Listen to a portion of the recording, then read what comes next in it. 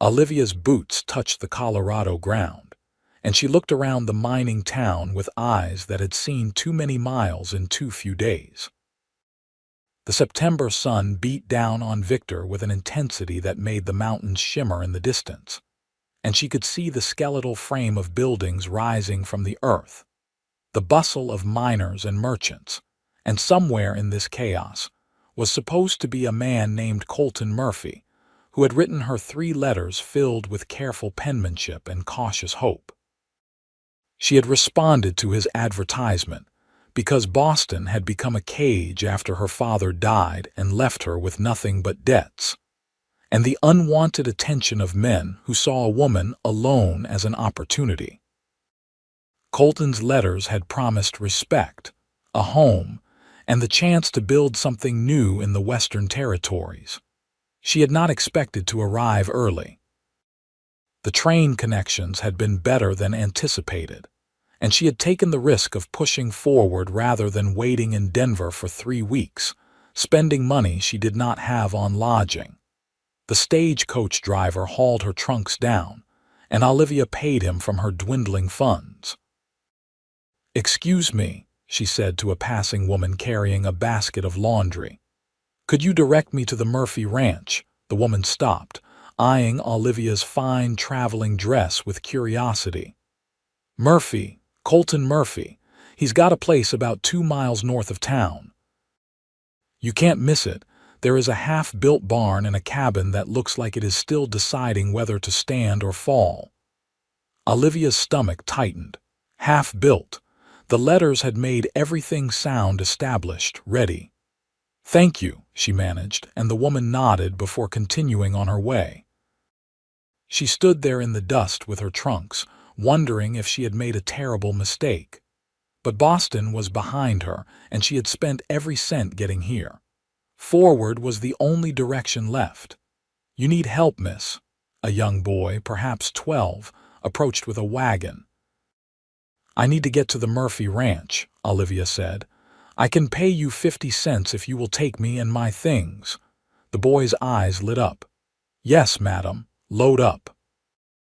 Colton stood in front of his barn, paintbrush dripping white onto the ground, and watched the wagon approach with a sense of impending doom. He recognized the trunks first, expensive leather that stood out against the rough wood of the wagon bed, and then he saw her, sitting straight-backed beside young Timothy Walsh, and his mind went completely blank. She was not supposed to be here yet. He had 3 more weeks. 3 weeks to finish the barn, to repair the porch steps, to figure out how to be the kind of man who could have a wife. The cabin behind him was clean but sparse. The pantry held mostly beans and coffee, and he had been sleeping on a bedroll because the actual bed frame was still in pieces in the corner, waiting for him to find time to assemble it. The wagon stopped in front of him, and Olivia looked down at the man who was supposed to be her husband. He was tall, broad-shouldered, with dark hair that needed cutting and eyes the color of the sky before a storm. His shirt was spattered with paint, his hands were rough, and he looked absolutely horrified to see her. "Mr. Murphy," she asked, keeping her voice steady despite the sinking feeling in her chest. Colton swallowed hard. "Yes, you must be Miss Porter." "I am."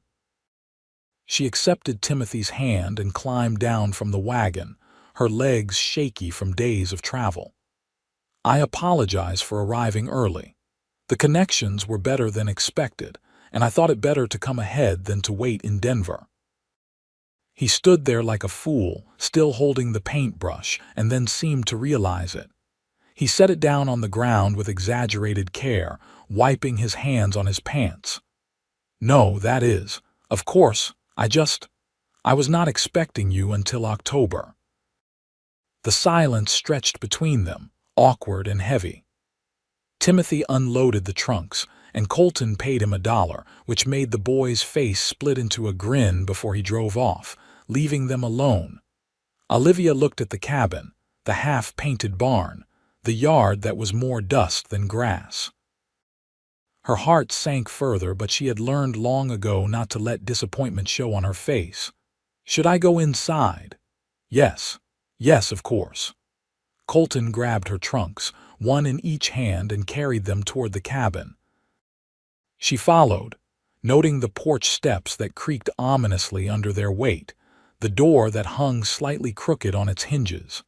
Inside was better than outside, at least in terms of cleanliness. The cabin was small, just one main room with a fireplace, a table with 2 chairs, a stove, and a corner that held the disassembled bed frame. There was a curtain that presumably hid a sleeping area, though from the bedroll on the floor, it was clear that was where Colton had been staying. He set her trunks down and turned to face her, his expression a mixture of embarrassment and something that might have been panic. "I know this is not what you expected." Olivia removed her gloves carefully, buying time to collect her thoughts. "Your letters mentioned a ranch." "It will be a ranch," he said quickly. "I have 40 acres, good grazing land, water rights. I have been building it up over the past 2 years. I have 6 head of cattle right now, and I am working on the barn to house more. By next spring, I will have doubled the herd. I needed more time." She heard the truth in his words, saw it in the way he stood there, looking at her like she was a judge about to deliver a verdict. And perhaps she was. She could get back on a stagecoach, return to Denver, find work somehow. Or she could stay and make something of this half-built dream. "Do you have coffee?" she asked finally. He blinked. "What? Coffee? I have been traveling for 5 days, and I would very much like a cup of coffee." Relief washed over his face so clearly that she almost smiled. "Yes, I have coffee. Let me make some." While he worked at the stove, Olivia sat at the table and looked around the cabin with fresh eyes. It was not ready for a wife, that much was clear. But it was clean, solidly built, and the man fumbling with the coffee pot was trying.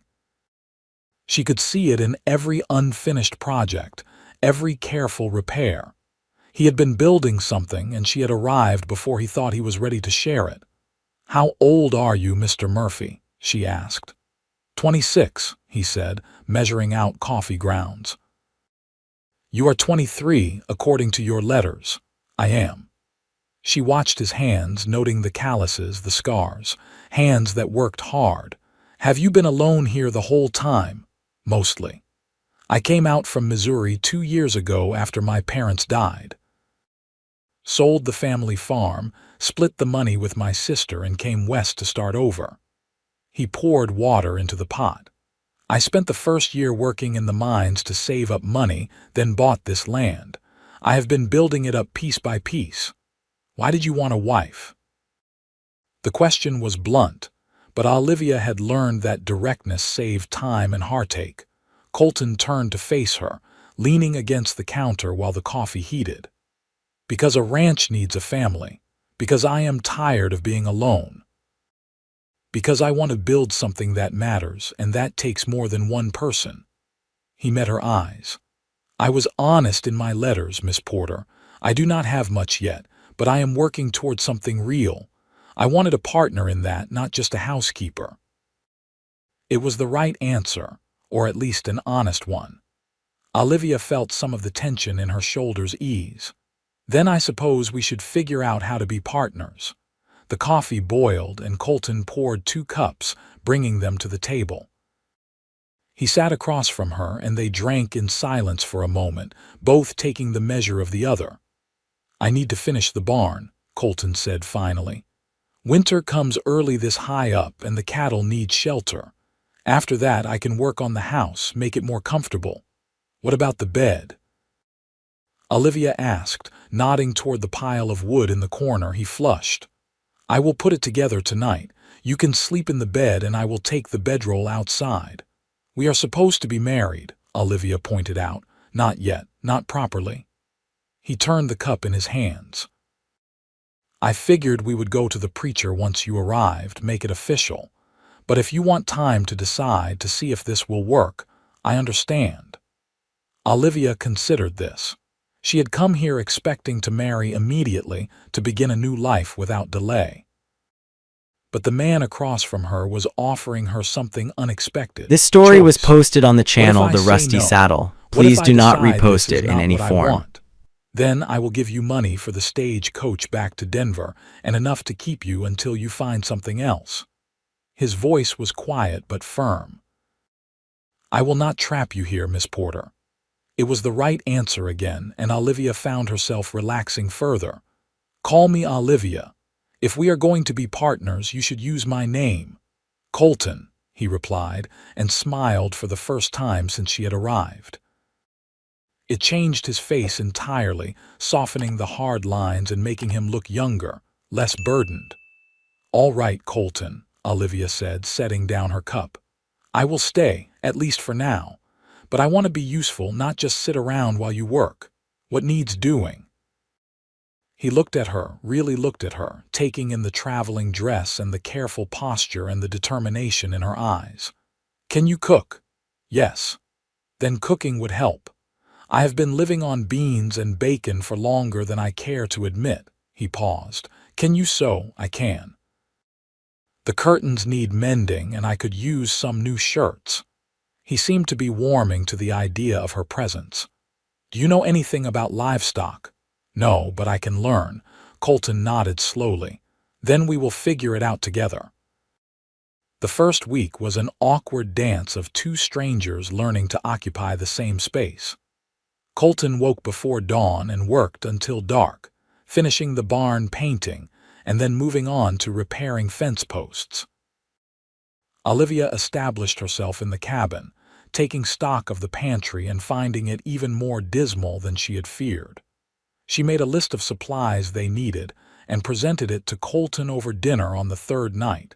He looked at the list, his face falling. This is a lot, I know. But if you want proper meals instead of beans, we need flour, sugar, salt, lard, and vegetables. And if winter is coming, we should stock up on preserved goods. Colton rubbed his face tiredly. I have money set aside for supplies, but I was planning to buy more cattle next month. Olivia felt a pang of guilt. Her early arrival had disrupted his plans more than she had realized. What if I earned some money? I could take in sewing or laundry. The town is full of miners who need their clothes mended. He looked up sharply. You do not need to do that. I want to help, she insisted. You are building this ranch for both of us, are you not? Then let me contribute. Something shifted in his expression, a kind of respect mixing with the exhaustion. All right, but we split what you earn between supplies and savings. I do not want you working yourself to death for flour. They went to town together that Saturday, taking the wagon. Victor was bustling with activity, miners coming and going from the various claims, merchants hawking their wares, and the sound of hammers ringing out as new buildings went up. Olivia attracted attention immediately, being a new face and a woman besides, and she felt Colton move closer to her, protective without being possessive. They bought basic supplies first, flour and sugar and coffee, stretching Colton's dollars as far as they would go. Then Olivia asked around about sewing work and found immediate interest. She took 3 orders that day, promising to have them done within the week. On the way back to the ranch, sitting beside Colton on the wagon seat, Olivia felt something unexpected. Hope. The work would be hard and there were no guarantees, but there was something solid about the man beside her, something real about the life they were starting to build. Thank you, Colton said suddenly.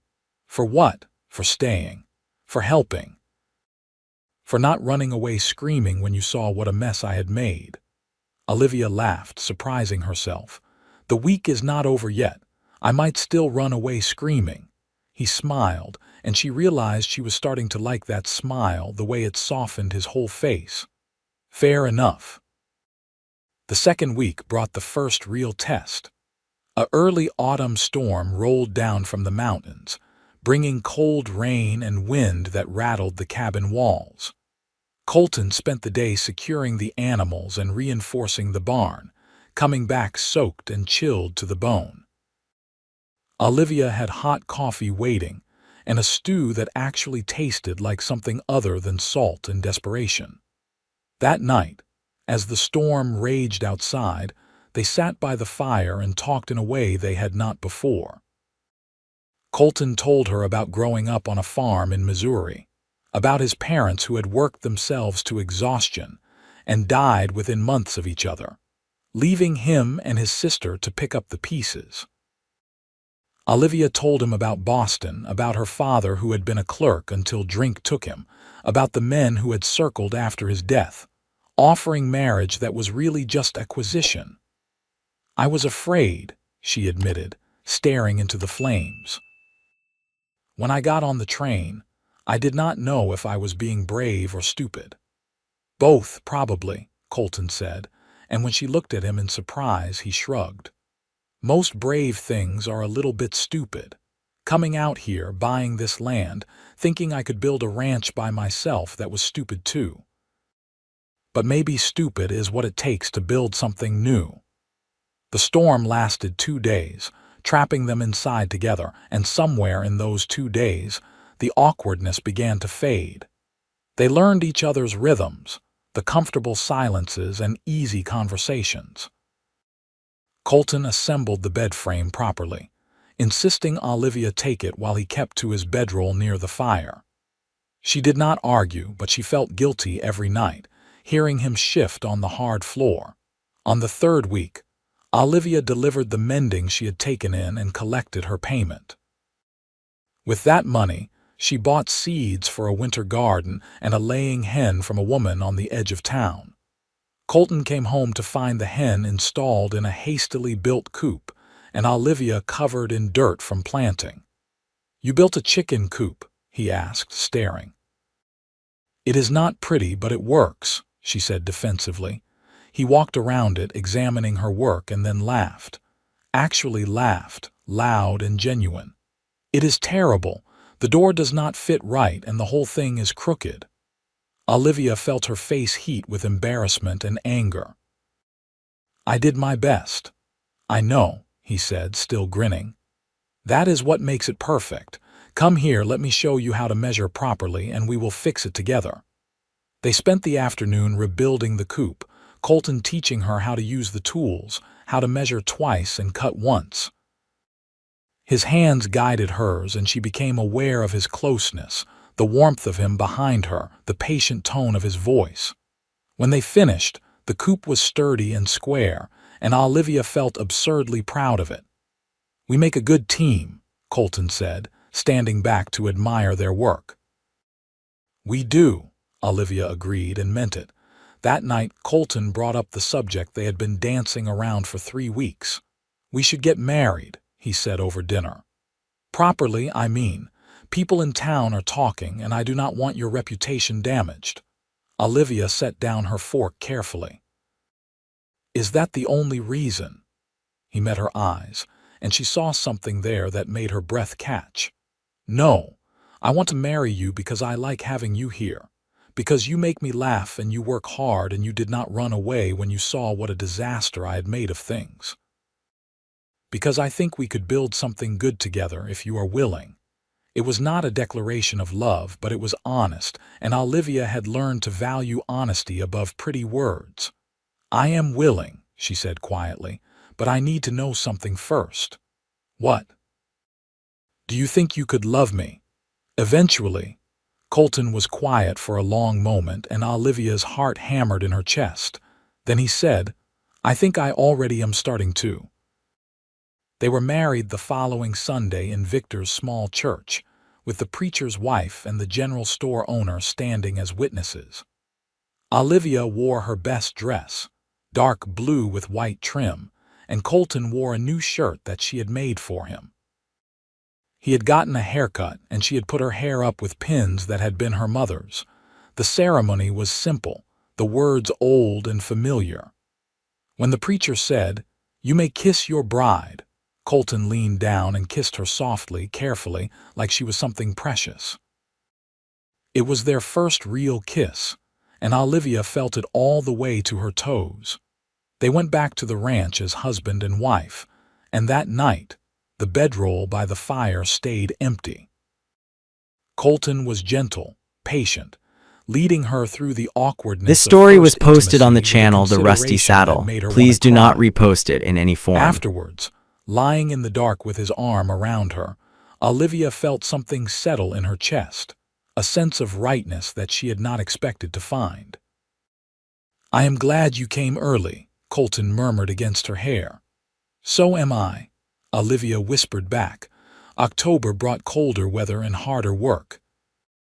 The cattle needed to be moved to the winter pasture, and Colton taught Olivia how to ride properly, not side saddle like a lady but astride like a ranch hand. She fell off twice before she got the hang of it, and both times Colton helped her up with a mixture of concern and poorly hidden amusement. They worked dawn to dusk, preparing for winter. Olivia's garden produced late vegetables that she preserved in jars, lining the cabin shelves with proof of her labor. The chicken, which she had named Henrietta out of sheer perversity, laid eggs every other day, providing a welcome addition to their diet. Money was tight, tighter than Colton had admitted at first. He had sunk everything into the land and the cattle, gambling on a future that was still uncertain. But they made it work, stretching every dollar, bartering where they could.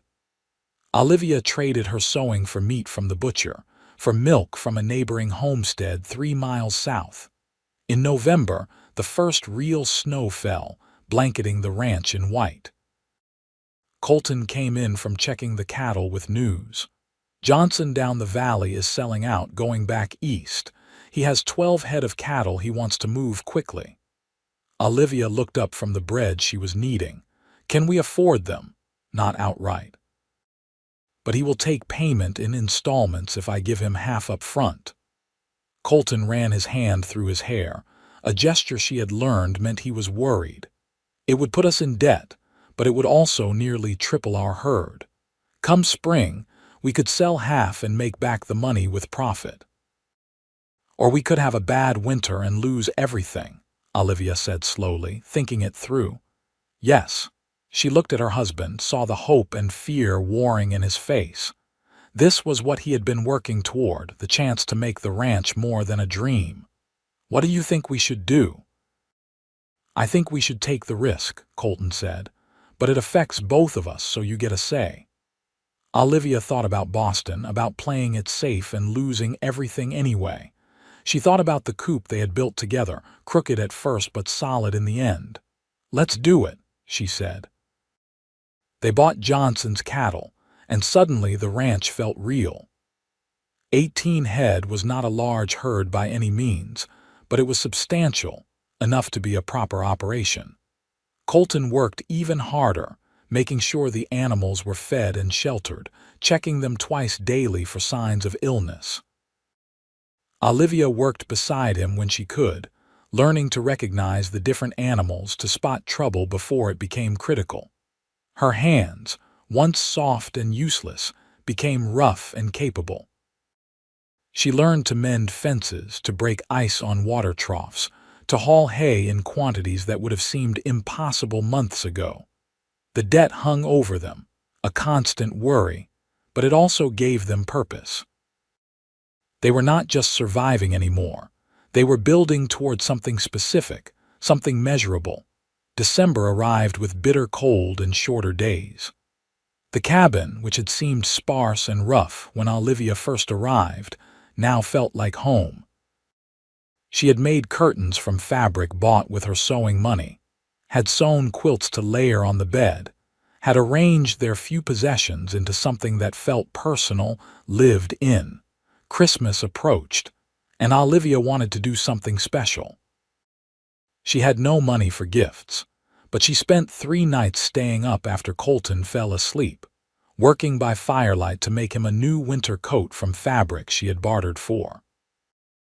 On Christmas morning, she presented it to him nervously, worried that her stitching was not good enough, that it would not fit properly. Colton put it on and stood there looking at her with an expression she could not quite read. Then he pulled her into his arms and held her tight, his face buried in her hair. "Thank you," he said, his voice rough. "I love it. I love you." It was the first time he had said it plainly, without qualification, and Olivia felt tears prick her eyes. "I love you too," she whispered back, and meant it with every fiber of her being. He had a gift for her too, produced with shy pride. A rocking chair he had built in the barn during stolen hours, carved with a simple pattern along the back. She sat in it and rocked, feeling the smooth wood and the steady motion, and thought about futures, about children who might someday sit on her lap in this chair. They spent Christmas Day together, just the two of them, cooking a modest feast and talking about the year ahead. It was simple, quiet, and perfect in a way that Olivia would remember for the rest of her life. January tested them in ways they had not anticipated. A blizzard swept down from the mountains, lasting 4 days and burying the ranch under snow that reached halfway up the cabin walls. Colton fought his way to the barn twice daily to care for the cattle, coming back frost-bitten and exhausted. On the 3rd day, he found 2 head dead, suffocated when part of the barn roof collapsed under the weight of snow. He came inside looking defeated, and Olivia did not offer empty platitudes. Instead, she made him hot coffee laced with the last of their whiskey, helped him out of his frozen clothes, and held him while he processed the loss. "We still have 16 head," she said when he was ready to hear it. "We will make it work." "I should have reinforced that roof," he said bitterly. "You did not know," Olivia replied firmly. "You cannot predict everything, Colton. We learn and we do better next time." He looked at her, this woman who had arrived unprepared and unannounced, who had faced every challenge without complaint, who had become his true partner in every sense. "How did you get so strong?" "I had a good teacher," she said, kissing him softly. The blizzard finally broke and they dug out slowly, assessing the damage. The barn needed repairs, but it was fixable. The cattle that remained were healthy. They had lost ground, but they had not lost everything. February brought slightly warmer weather and the first signs of spring. Colton took 3 steers to market, getting a good price that allowed them to pay down part of the debt and buy seed for spring planting. Olivia was feeling sick in the mornings, and when the pattern continued for 2 weeks, she allowed herself to hope. The doctor in Victor confirmed what she already suspected. She was expecting a child due in late summer. She told Colton that evening over dinner, watching his face carefully. He went very still, his fork halfway to his mouth. "A baby." "Yes. Around August, the doctor thinks." Colton set down his fork and came around the table, kneeling beside her chair. He put his hand on her belly, flat still but holding their future. "Are you all right? Is everything all right?" "I am fine. We are fine." She covered his hand with hers. "Are you happy?" "Happy." He laughed, slightly wild. "Olivia, I am terrified. I am ecstatic. I do not know the first thing about being a father." "And I do not know the first thing about being a mother," she replied. "We will learn together just like everything else." Spring transformed the ranch from a place of survival to a place of possibility. Colton plowed a larger garden plot, and Olivia planted vegetables in neat rows, thinking about feeding a family. They hired a drifter named Tom for a few weeks to help with the heavy work, paying him in meals and a place to sleep in the barn.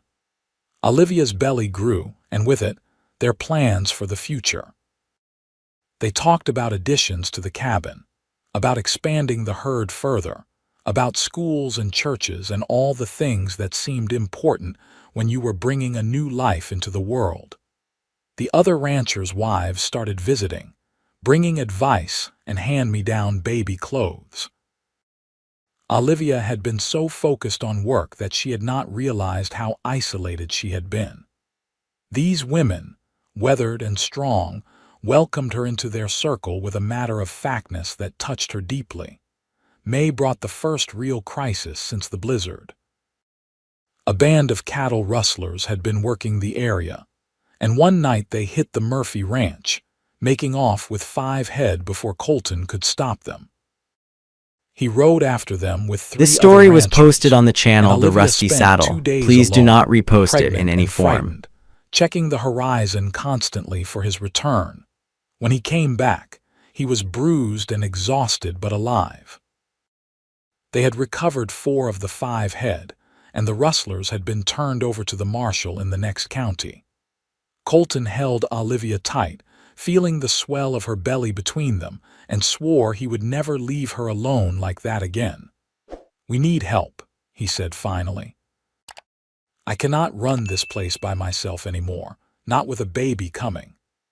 They hired a young man named David, fresh from Ireland and looking for work. He was 18, earnest, and willing to learn. He bunked in the barn and took his meals with them, becoming part of their small family. June was beautiful, the mountains green and the sky impossibly blue. Olivia moved more slowly now, her belly prominent, but she still insisted on helping where she could. Colton worried constantly, hovering until she finally snapped at him to stop treating her like she was made of glass. "Women have been having babies for thousands of years," she said, exasperated. "I am pregnant, not dying." "I know," he said, "but you are my wife and I am allowed to worry." She softened at that, taking his hand and placing it on her belly where the baby was kicking. "Feel that? That is your son or daughter saying hello." Colton felt the movement under his palm and his eyes filled with tears. "That is incredible. That is life," Olivia said gently. "Our life." July brought heat and the final preparations. The cabin had been cleaned until it shone, baby clothes washed and folded, a cradle built and placed beside their bed. The doctor and Victor had agreed to come when Olivia's time arrived, and Mrs. Henderson from the neighboring ranch would assist. Olivia felt huge and uncomfortable, her back aching constantly, her sleep disrupted by the baby's movements. But she also felt powerful, aware of her body's capability in a way she never had been before. On a hot August afternoon, the pain started. Colton sent David riding for the doctor and Mrs. Henderson while he helped Olivia into the cabin, his face pale with fear. "It is all right," Olivia said, gripping his hand during a contraction. "This is normal. This is how it works." "You are far too calm about this," Colton said, his voice shaking. "One of us has to be." She managed a smile between pains. The labor lasted through the night and into the next morning. Colton stayed with her despite Mrs. Henderson's suggestion that he wait outside, holding her hand, wiping her face, murmuring encouragement. When their son finally arrived with the sunrise, squalling and red-faced and perfect, Colton wept openly. "A boy," the doctor said, placing the baby in Olivia's arms. "A healthy boy." Olivia looked down at her son, at this small person she and Colton had created, and felt love so fierce it took her breath away. "Hello, little one," she whispered. Colton touched the baby's tiny hand, watching in awe as small fingers wrapped around his. "What should we name him?" They had discussed names but never settled on one. Now, looking at her son's face, Olivia said, Christopher Murphy." "Christopher," Colton repeated, testing it out. "I like it. Christopher James, after your father." Olivia's father had been a complicated man, but he had loved her in his way. "Yes, Christopher James Murphy." The weeks after Christopher's birth were a blur of sleepless nights and constant feedings. Olivia was exhausted in a way she had never experienced, but also happy in a way she had never imagined. Colton helped however he could, changing diapers, walking the floor with a crying baby at 3 in the morning, taking over the cooking when Olivia was too tired to stand. David proved invaluable, handling the ranch work so Colton could focus on his family.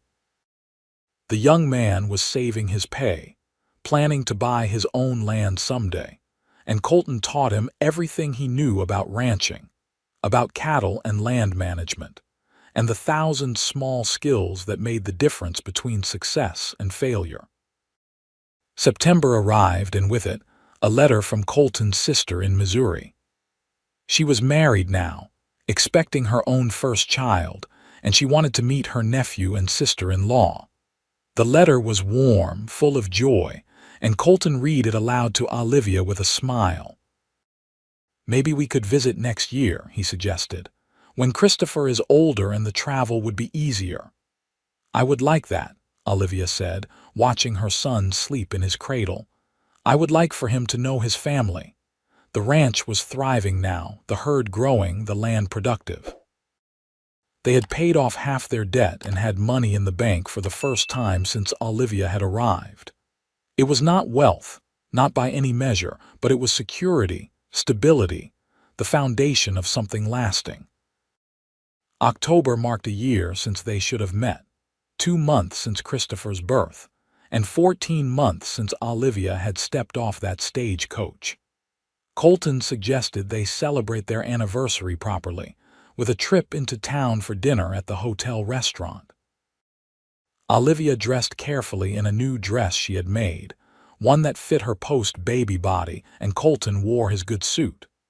They left Christopher with Mrs. Henderson, both of them anxious and missing him before they even reached town. The restaurant was crowded, full of miners and merchants and families. Colton and Olivia sat at a corner table, and he ordered steak for both of them, an extravagance they never allowed themselves at home. "To us," Colton said, raising his glass of cider. "To a year of marriage, to Christopher, to everything we have built." "To everything we will build," Olivia added, clinking her glass against his. They ate slowly, savoring the food and the rare moment of being alone together as adults, not just as parents. Colton reached across the table and took her hand. "I need to tell you something," he said seriously. Olivia's heart skipped. "What?" "When you stepped off that stagecoach, I was terrified. I thought I had made a terrible mistake, that I had no business asking a woman to share this half-built life with me. I spent that whole first day expecting you to leave." "I almost did," Olivia admitted. "I stood in that cabin and thought about how easy it would be to get back on the stagecoach." "What made you stay?" She thought about it, remembering that first day, the awkward conversation, the terrible coffee. "You offered me choice. You said you would not trap me. And I thought, anyone who gives me a choice like that might be worth staying for." Colton smiled. "Best decision I ever made, letting you decide. Because you chose me, chose us, and that means everything." "I choose you every day," Olivia said softly. "Even on the hard days, especially on the hard days. You are my partner, Colton, my true partner." They finished dinner and collected Christopher from Mrs. Henderson, driving home under a sky full of stars. The baby slept between them, and Olivia leaned against Colton's shoulder, feeling the steady rhythm of the wagon, the solid warmth of her family. November brought the first snow and a surprise. David announced he was courting a girl from town, the daughter of the general store owner. He was shy about it, blushing when he told them, but Colton clapped him on the back and Olivia insisted on hearing all the details. "She is very pretty," David said, "and smart. Her father might sell me some land on credit if things work out." "That is wonderful," Olivia said sincerely. "You deserve happiness, David." The young man had become family over the months, eating at their table, playing with Christopher, sharing in their joys and struggles. The thought of him starting his own life, his own family, felt right. December arrived with bitter cold and exciting news. Colton had been elected to the Victor Town Council, a position of respect and responsibility. It would mean regular trips to town, involvement in decisions about schools and roads and development. But it also meant connections, opportunities, ways to ensure their ranch and their family's future. On Christmas morning, they sat together by the fire, Christopher now old enough to be fascinated by the lights and the sounds. Olivia had made a stuffed horse for him from scraps of This fabric, story was and posted on the Colton had channel The carved a Rusty set of Saddle. wooden Please do blocks. not repost The it in any gifts were form. simple, but Christopher's delight was pure. "This time last year it was just us," Colton said, watching his son shake a block with intense concentration. "Now we are 3, Olivia replied, "and maybe more someday." He looked at her quickly. "Are you?" "No, not yet, but someday I would like Christopher to have brothers and sisters." "So would I," Colton said, pulling her close. A whole house full of children, filling this place with noise and chaos and life. The new year brought challenges and growth. A hard January, but they were prepared this time, the barn reinforced, the cattle healthy. February brought warmer days and plans for spring. March saw Christopher take his first steps, wobbling across the cabin floor into his father's waiting arms. In April, David married his sweetheart in a ceremony at the Victor Church, and Colton and Olivia stood as witnesses. The young couple bought land adjacent to the Murphy Ranch, planning to build their own homestead. The proximity of friends and allies made the vast territory feel less lonely, more like a community. May marked Christopher's first birthday and Olivia's discovery that she was pregnant again. This time, the news felt less frightening and more like a natural progression. They had survived one baby, they could handle 2. Summer brought prosperity. The herd had grown to 30 head, and Colton sold 10 at market for excellent prices, paying off the last of their debt and putting money aside for expansion. The cabin got an addition, 2 new rooms that provided space for Christopher and the coming baby, plus a small parlor where Olivia could sew and read. August arrived, and with it, their second son, born on a cool morning with far less drama than Christopher's arrival. They named him Thomas Colton Murphy, and Christopher, now walking and babbling, was fascinated by his tiny brother. September brought reflection. 2 years since Olivia had arrived 3 weeks early, stepping off that stagecoach into dust and uncertainty. 2 children, a thriving ranch, a home built by their own hands and filled with their own love. Colton stood on the porch one evening, watching the sunset paint the mountains gold and purple. Olivia came out to join him, Thomas asleep against her shoulder, and Colton wrapped his arm around both of them. "Remember when you thought you were not ready?" Olivia asked softly. "I thought I needed 3 more weeks to get the barn painted," Colton said with a laugh. "Turns out I needed you more than I needed white paint. I was so scared when I arrived," Olivia admitted. "I thought I had made a terrible mistake. The cabin was half finished, the barn was crooked, and you looked like you wanted to run away."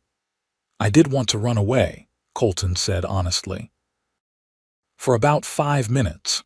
Then you asked for coffee and I realized you were staying, you were real, and I had better figure out how to be worthy of that."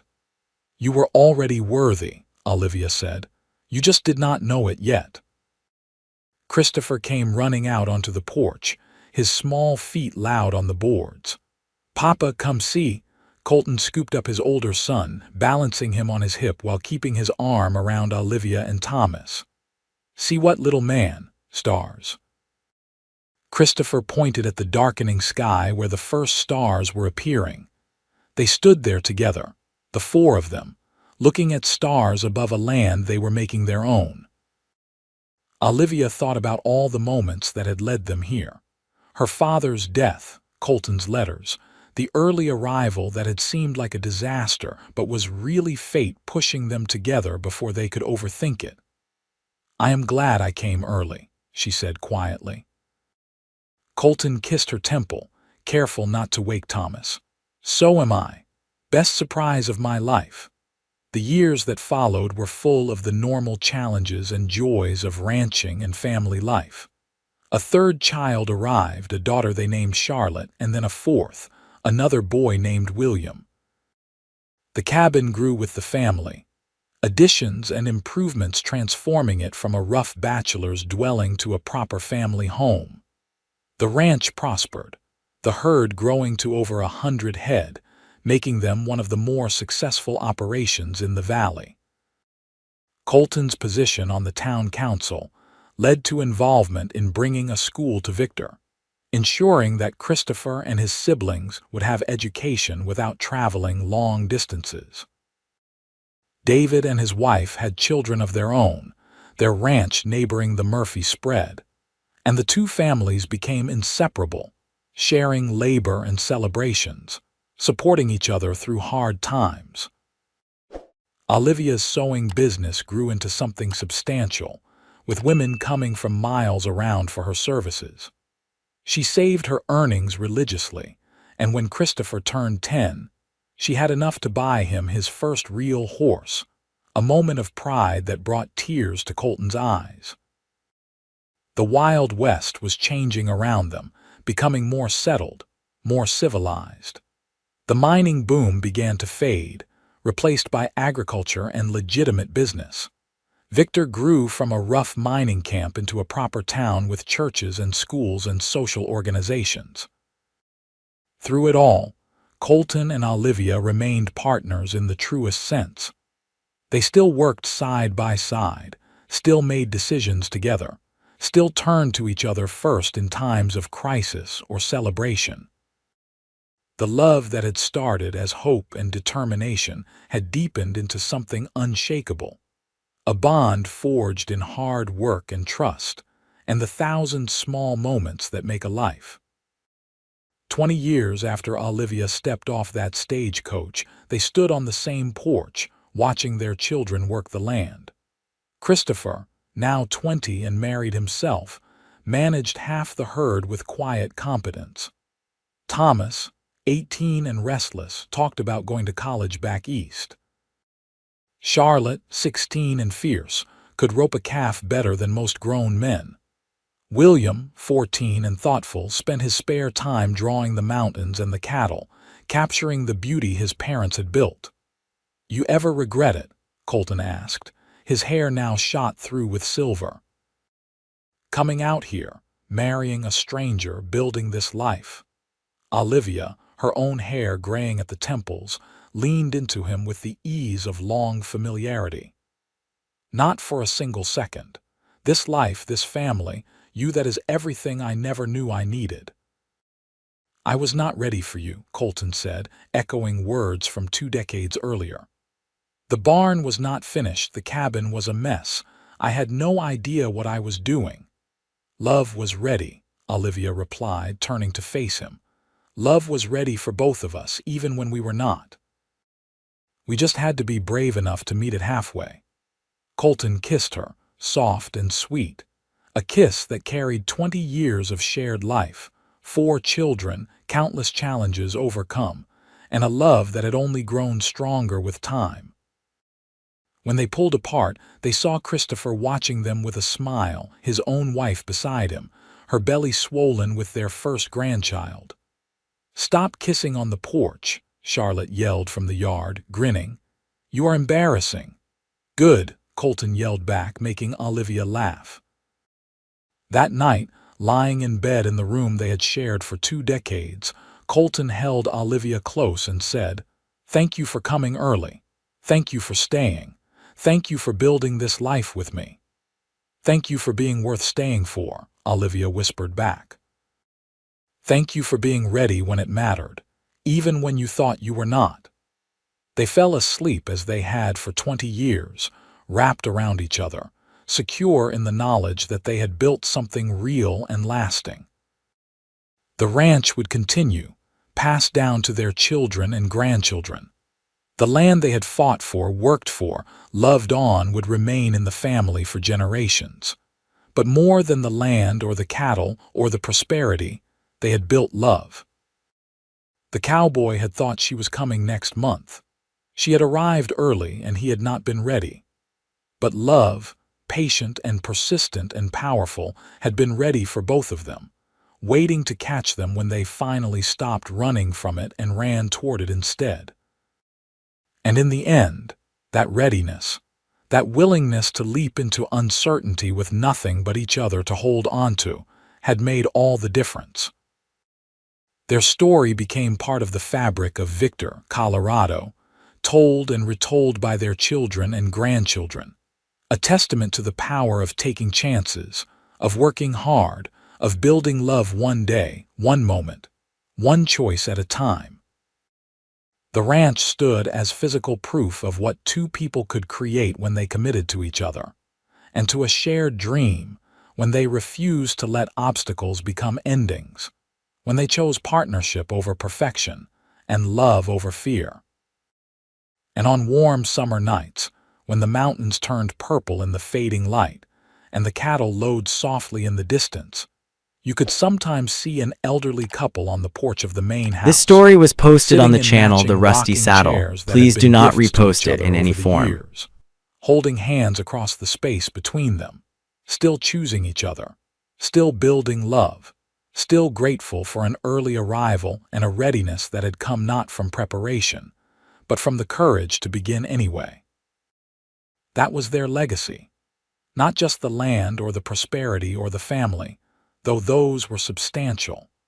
Their true legacy was the example they set of what love could be when it was built on respect, partnership, and the willingness to be vulnerable with each other. They showed everyone who knew them that the best relationships are not the ones that start perfectly, but the ones where both people commit to growing together, to learning together, to facing whatever comes together. Colton Murphy, who had thought he needed 3 more weeks to be ready for a wife, learned that readiness was not about perfect circumstances but about being willing to adapt, to improvise, to meet the moment with courage. Olivia Porter Murphy, who had arrived early and uncertain, learned that home was not a place but a person, that family was not just blood but choice, and that the scariest leaps often led to the softest landings. Together, they proved that love, when given room to grow and tended with care, could thrive even in the harshest conditions. The Wild West was not an easy place for dreamers or romantics, but it was the perfect place for fighters, for believers, for people willing to work for what they wanted. And what Colton and Olivia wanted was each other, was a life built together, was a future full of possibility. They got it, all of it, and more than they had ever imagined. And it started with a stagecoach arriving 3 weeks early, with a man covered in paint, and a woman with 2 trunks and a heart full of hope, with a moment of panic that turned into a lifetime of love. That was their story, and it was perfect not because it was easy but because it was real, not because everything went according to plan but because they learned to make new plans together, not because they were ready but because they became ready together, one day at a time, one challenge at a time, one kiss on the porch at a time. And when Colton and Olivia finally passed, many years later, surrounded by children and grandchildren and great-grandchildren, they went holding hands, their last words to each other the same as they had been so many times over the decades. I love you. I choose you. I am grateful for you. The ranch continued, the family continued, and the story continued, passed down through generations as a reminder that the best things in life often arrive early, catch us unprepared, and demand that we rise to meet them. And when we do, when we choose courage over comfort and partnership over perfection, we build something that lasts not just a lifetime but forever, echoing through the years as proof that love, real love, is always ready, even when we are not.